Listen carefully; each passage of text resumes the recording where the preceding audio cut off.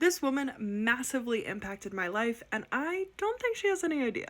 I'm the reporter on this story, and I try not to put myself in the stories I write, but sometimes as a journalist, we are so incredibly impacted by the stories we write.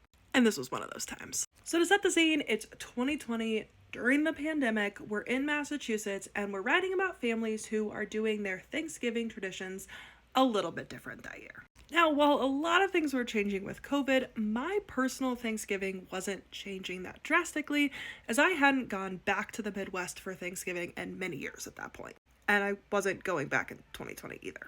But what had changed for me is I had recently lost my grandpa to COVID, and my grandma was in the hospital with COVID.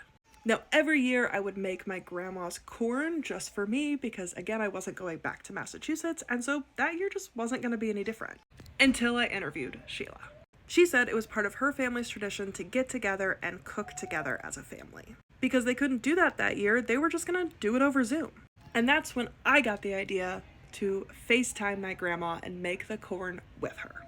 I didn't know it at the time, but 2 days later, she would pass away.